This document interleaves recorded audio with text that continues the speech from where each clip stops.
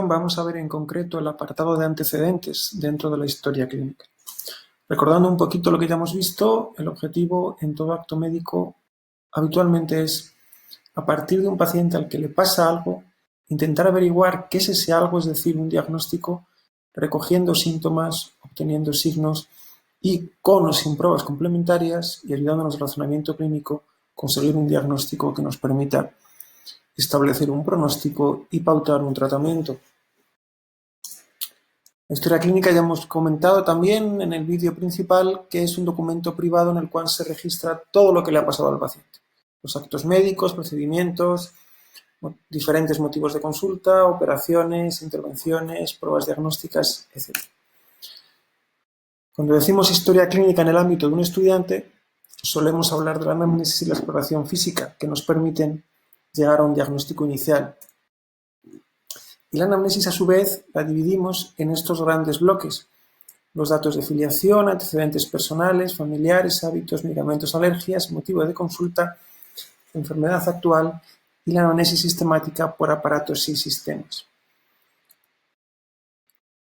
La forma de preguntar esto suele ser, en primer lugar, una presentación, luego preguntar qué le pasa al motivo de consulta y luego ya, una vez orientado un poquito qué le pasa al paciente, veremos ahora por qué, antecedentes, hábitos y fármacos, para luego ya ver en detalle enfermedad actual y anamnesis por aparatos. En primer lugar veremos el motivo de consulta, qué le pasa al paciente y luego ya cuando sabemos esto, todos los antecedentes que podemos estructurarlos de esta forma: alergias, antecedentes personales, profesión, el ambiente, antecedentes familiares, hábitos tóxicos, estilo de vida, etc. Una de las razones por las que es adecuado preguntar el motivo de consulta ante los antecedentes es que son el ejemplo de que, aunque hay que ser sistemático y preguntar todo esto, hay cosas que las podemos preguntar o no según el momento. Es decir, si un paciente tiene 20 años y está en perfecto estado físico, no tiene sentido que le preguntemos si es independiente para las actividades básicas de la vida diaria. A un abuelito de 90 años que viene por una anemia, a lo mejor los factores de riesgo de TS tampoco procede preguntárselos. Lo veremos ahora. Es decir, no hay que confundir que hay que ser sistemático con que hay cosas en las que a su vez hay que hacer más o menos énfasis. Hay que tener todos los campos en la cabeza, hay que saber lo que hay que preguntar, habitualmente hay que tocar todos los campos, pero no hace falta preguntar lo mismo o todo a todos los pacientes. A un paciente que se ha torcido el tobillo, le preguntaremos cómo se lo ha torcido, si ha pisado mal o no. También a un paciente que todos le preguntaremos otras cosas.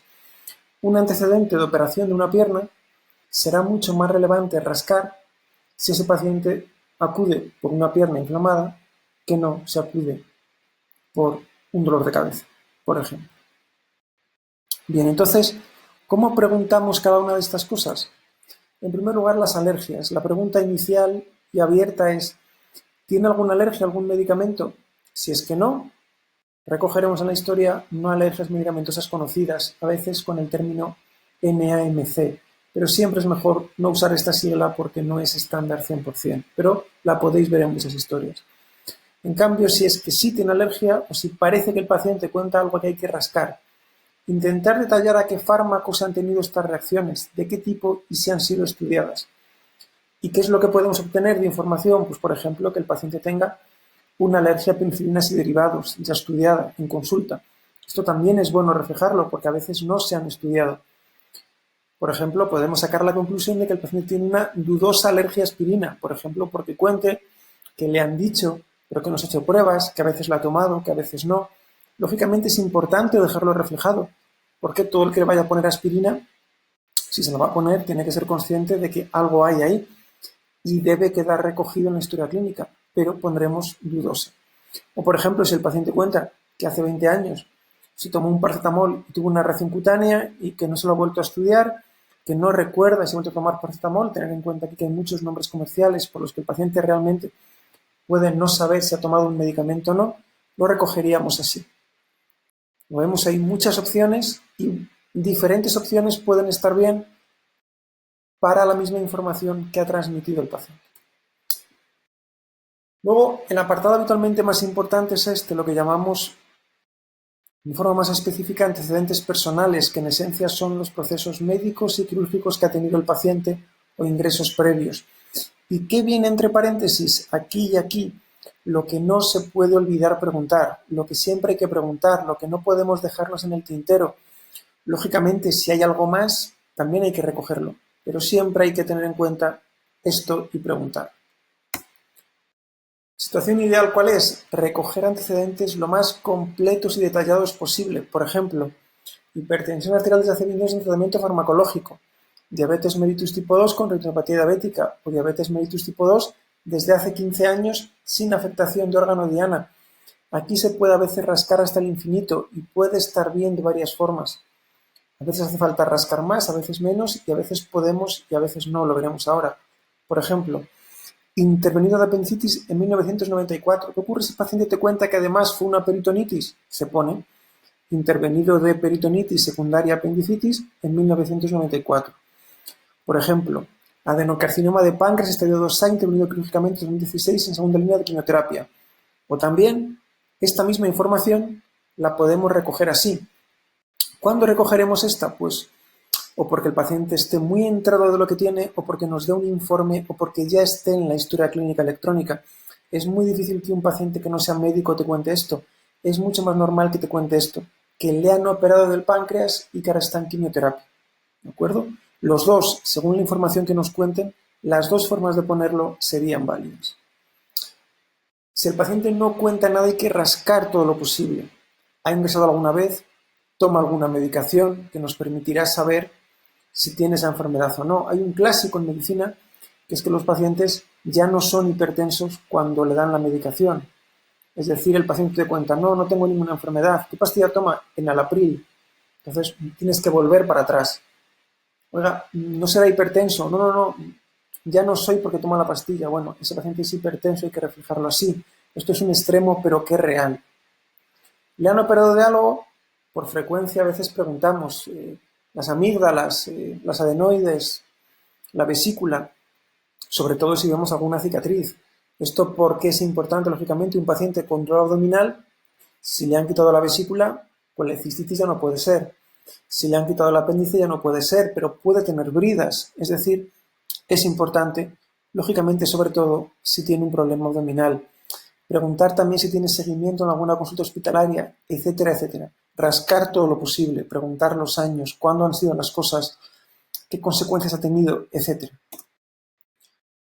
Como digo, esta es la parte principal y es la que suele ocupar más espacio. La profesión es sencilla, en qué ha trabajado, o si está jubilado, en qué ha trabajado, sobre todo buscando contacto con tóxicos. Por ejemplo, alguien que ha trabajado en la mina, preguntar si ha sido al aire libre o bajo tierra. Alguien que ha trabajado en alguna profesión que pueda haber estado en contacto con productos tóxicos, desde un zapatero que pueda haber inhalado algún producto hasta gente que trabaja de agricultor que puede haber tratado con pesticidas o en industrias, etc. El ambiente rural, urbano, buscando sobre todo el contacto con animales. Hay gente que está en un pueblo, pero hay que preguntarle, ¿tiene animales? Te dirán que sí o que no. Si ha salido al campo, si le han podido picar garrapatas, etc. Antecedentes familiares. Interesan sobre todo padres, hermanos e hijos. Hay veces la gente cuenta al tío o el primo, bueno, puede ser importante, pero sobre todo interesa padres, hermanos e hijos. ¿Cómo preguntar esto inicialmente? ¿Alguien en su familia tiene alguna enfermedad importante? Como ejemplo de pregunta abierta y que el paciente te vaya contando. ¿Por qué? Pues porque puede pasar que le preguntes y que tenga algún problema familiar. Si preguntas a 100 personas de qué ha fallecido su padre, probablemente pase que sus padres estén vivos aunque tengan 60 años. Si preguntas a 100 personas que si sus padres tienen alguna enfermedad, alguno su padre acaba de fallecer o su madre recientemente, aquí es mejor, también hay situaciones muy atípicas en la que, pues bueno, la gente está ingresada con su familiar, etcétera. Siempre que es mejor hacer una pregunta muy abierta y que el paciente te vaya contando y según lo que te diga, tú ya ir rascando, no. Por ejemplo, ¿alguien en su familia ha padecido alguna enfermedad importante? Dos antecedentes que suelen recordarse y que además son muy relevantes son problemas del corazón o de cáncer, con lo cual también una opción es preguntar así. ¿Algún familiar suyo ha tenido problemas del corazón o de cáncer? Y ya la gente te cuenta, y ya si no te cuentan por sus padres, y luego tiene hermanos, tiene hijos, y así ir preguntando, ¿están sanos? hay que preguntarlo. Este punto a la gente suele parecerle que es poco relevante, pero según el tipo de problema puede ser muy importante. Problemas tumorales, problemas autoinmunes, etcétera, tienen una importante agregación familiar. Alergias, antecedentes personales, profesión, ambiente, antecedentes familiares. Repito otra vez que todo esto es lo que a veces solemos englobar con el término antecedentes personales y viene así en la historia clínica. Desde el punto de vista docente, en el rotatorio 2 lo separamos para permitir hacerlo más sistemático, recordar cada punto, pero habitualmente en muchas historias viene todo junto, a veces separado alergias y medicación, pero todo este bloque suele juntarse en antecedentes. Otras veces viene separado, pero suele juntarse. Vamos ahora con los hábitos tóxicos. Hábitos tóxicos, siempre preguntar por alcohol y tabaco. ¿Fuma o ha fumado? Y toma algo de alcohol. Aquí es muy importante no preguntar si el paciente bebe, porque beber, cuando lo pregunta un médico, se entiende que es algo malo y la gente no bebe. La gente se puede tomar 4 cervezas y 2 vinos, pero lo que es beber, no bebe. ¿Cómo se pregunta esto entonces? Toma algo de alcohol y si toman algo, ir rascando un poco más. Otra respuesta clásica es bebo lo normal. Bueno, hay que preguntar qué es lo normal. Para algunas personas es normal 4 cervezas, 2 vinos y un chupito después de comer. Y probablemente nunca ha estado borracho y a lo mejor nunca ha tenido ningún problema con el alcohol, pero normal no es. Siempre hay que cuantificar el tabaco en paquetes año y la bebida en unidades de bebida estándar, equivalentes a 10 gramos de alcohol. Aquí es muy importante, y ya lo comentamos en otros vídeos, que todo lo que se puede medir, graduar, cuantificar, pesar, contar en medicina, hay que hacerlo. La ciencia médica tiene un paradigma empírico cuantitativo. Es una ciencia empírica y todo lo que podamos medir hay que hacerlo. La temperatura es una cifra, la tensión arterial es una cifra, la frecuencia cardíaca es una cifra, el peso en kilogramos, etc. Lo que beben los pacientes en unidades de bebida estándar que equivalen en España a 10 gramos de alcohol. De esta forma, un vino o una cerveza, por ejemplo una copa de cava, un vino, equivalen aproximadamente a 10 gramos de alcohol. El vino tiene más graduación, por eso menos vino equivale también a 10 gramos de alcohol. Un whisky o una copa de un combinado, de un cubata, de un ron con cola, de un whisky con algún refresco, etcétera, tienen 20 gramos, con lo cual equivale a 2 uvas. Esto es muy variable, lógicamente. Cada tipo de licor pues puede tener, hay licores con 60 grados y licores con 30, pero de forma aproximada se suele medir en uvas y una copa de un licor equivale a 2 uvas. Y un chupito, pues depende mucho, según el tipo de licor, puede equivaler a 10 o a 20 gramos según el tamaño del chupito y según el tipo de licor que sea. Además de tabaco y alcohol, hay que tener sentido común con otras drogas o con factores de riesgo para ETS. Por ejemplo, no tiene sentido preguntar por esto a una anciana de 90 años ingresada por fractura de cadera y que además un estudiante le hace la historia con su familia alrededor. Lógicamente estropearía un poquito la relación, la gente os miraría un poco raros. Ya probablemente haberle preguntado si fumo o si bebe, la señora puede haber dicho, ay no, por favor, ¿qué me están preguntando? Preguntarle si fuma marihuana o si tiene relaciones sin protección. Obviamente puede estar fuera de lugar. Este es el ejemplo de lo que comentaba antes. La anamnesis debe ser sistemática. Hay que tenerlo en la cabeza. ¿Por qué? Porque si es un chico de 30 años con fiebre y veis que tenéis una buena relación en la historia con él, se lo podéis preguntar sin problema. Y os puede responder o no. Lógicamente, los pacientes pueden elegir no decir las cosas si creen que no es el momento. Nosotros muchas veces en la historia buscamos un momento íntimo para preguntar esto. Si es un chico, pues se queda un chico a preguntárselo. Si es una mujer, intentamos a lo mejor que es una mujer quien se lo pregunte y lo más privadamente posible, no que estemos 10 en la habitación para preguntarlo. Entonces, como digo, es el ejemplo de que la anamnesis debe ser sistemática, pero que no hay que preguntar todo, porque además todo sería en antecedentes muchísimas preguntas. Hay que preguntar lo que creemos que es relevante, pero siempre teniendo en la cabeza todos los antecedentes. Esto no aplica a la anamnesis por aparatos, donde sí que hay que preguntar por todos los síntomas.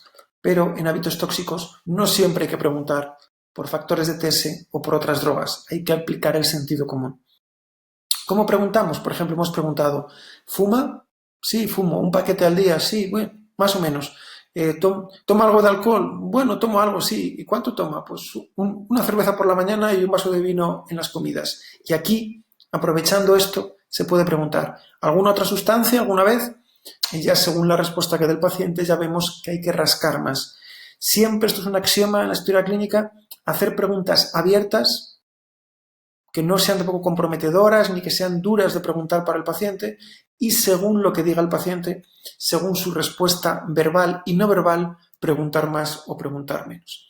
¿Y cómo preguntaríamos de forma lo más aséptica posible si hay factores de riesgo para ETS? ¿Alguna vez ha tenido relaciones sexuales sin protección?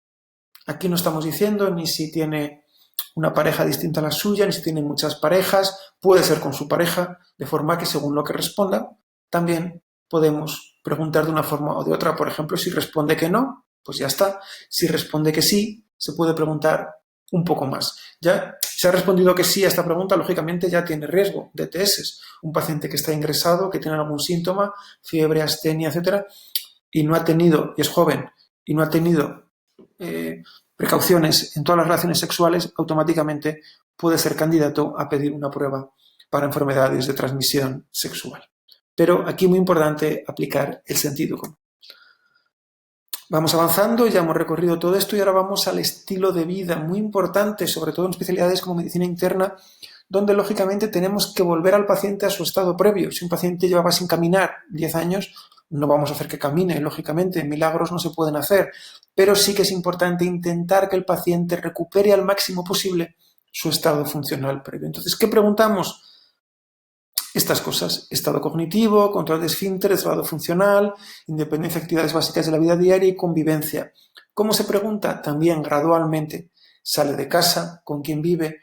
Un paciente que vive solo, que sale de casa, que tiene un trabajo, que tiene 40 años, bueno, no suele hacer falta preguntar nada más. Ya asumimos que es independiente. ¿Qué quiere decir ABVD? Actividades básicas de la vida diaria. Se usan muchas historias. En este apartado, en un futuro, lo que tendréis que preguntar son escalas, la escala de Barter, etcétera, escalas que permiten saber de forma cuantitativa si el paciente tiene un mejor o peor desempeño en su capacidad funcional. Hay muchas escalas, se ven sobre todo en la asignatura de geriatría, pero también están incorporadas a muchas historias. ¿Y qué escribiremos en este apartado? Por ejemplo, activo para su edad, sin deterioro cognitivo, independiente para actividades básicas de la vida diaria, vive solo. Aquí ya estamos diciendo mucha información. Un paciente independiente que vive solo es que está bien, que es independiente, que puede hacer todo y que tenemos que intentar que vuelva de esta forma. O también, si esto está puesto en la historia, porque se ha recogido correctamente y el paciente sufre un ictus, es una información muy relevante, porque si el paciente tiene una hemiparesia, ya sabemos que hay que buscar un apoyo social. Ese mensaje que hemos mandado en otro vídeo del trabajo en equipo, hay que avisar al trabajador social para que hable con el paciente y vea cómo puede estar luego mejor, si en su domicilio con un apoyo, si en una residencia, etc. Vive con su mujer, que le cuida, con vida camasillón, incontinencia de esfínteres. También aquí estamos anotando mucha información que es relevante tanto para ver qué podemos esperar de la mejoría de este paciente como para posibles problemas. Por ejemplo, a lo mejor tiene sonda vesical permanente, a lo mejor el cuidador ya no está en condiciones de cuidarlo, etc. Aquí es muy importante, como en todos los demás apartados, pero también aquí, leer historias para ver ejemplos, ver cómo escribimos los médicos la situación que tiene el paciente. Y ya finalmente vamos con la medicación habitual. Este apartado, antecedentes personales, están estrechamente relacionados. En ambos casos hay que saber medicina para rellenarlos bien. Con el tiempo se irán rellenando mejor. Ahora los pacientes pueden decir cosas que no tienen sentido. Pueden decir fármacos y sin haber dicho la enfermedad por la que lo toman. Y al revés, con el tiempo se irá sabiendo cómo rellenar mejor estos apartados y cómo interaccionar con ellos. La situación ideal aquí, ¿cuál es? Poner nombre comercial, principio o principio activo, dosis y posología. Suele ser lo mejor poner el principio activo, pero a veces solo hay una marca para ese principio activo y a veces con algunos dispositivos respiratorios o con la insulina es importante el nombre comercial, porque un mismo principio activo puede estar en diferentes dispositivos inhaladores. Por tanto, bueno, sentido común. Si el paciente dice el nombre comercial y es muy conocido, el que está tomando, reflejarlo así. Si dice el principio activo. No hay que hacer un problema de esto, al contrario. Dosis y posología. Y si no es vía oral, especificarlo. En los tratamientos que ponemos en el hospital, siempre ponemos si es intravenoso, vía oral, subcutáneo, intramuscular. En un paciente que viene de la calle, asumimos que todo es vía oral y si no es vía oral hay que especificarlo. Por ejemplo, metformina 850 miligramos, 1,01 o cada 12 horas. Atorvastatina 80 miligramos, 0,01. Ibor 2500 subcutáneo cada 24 horas. Son ejemplos de ponerlo. También sonda vesical permanente o sonda vesical desde hace 48 horas. Oxigenoterapia domiciliaria. Hay otras cosas que no son exactamente pastillas que también se ponen en tratamiento. Recordad, muy importante, que en ocasiones el paciente no lo recuerda, no lo sabe, incluso ya está cansado de repetirlo. Un paciente cuando viene al hospital le suelen hacer la historia a veces el centro de salud que lo ha mandado o el servicio de emergencias extrahospitalarias, el servicio de urgencias, el médico en planta que lo recibe, el médico en planta que lo ve por la mañana y luego llega el estudiante cuando el paciente está ya cansado y le pregunta otra vez qué medicación toma. Bueno, a veces están cansados de decirlo o dicen la famosa frase, una pastilla pequeña roja. En estos casos, ¿qué hay que hacer? Bueno, muchas veces si no hay un informe de la medicación, no podemos saber lo que toma el paciente. Nosotros mismos, si no tenemos ese informe, no podemos saberlo. O la historia clínica electrónica.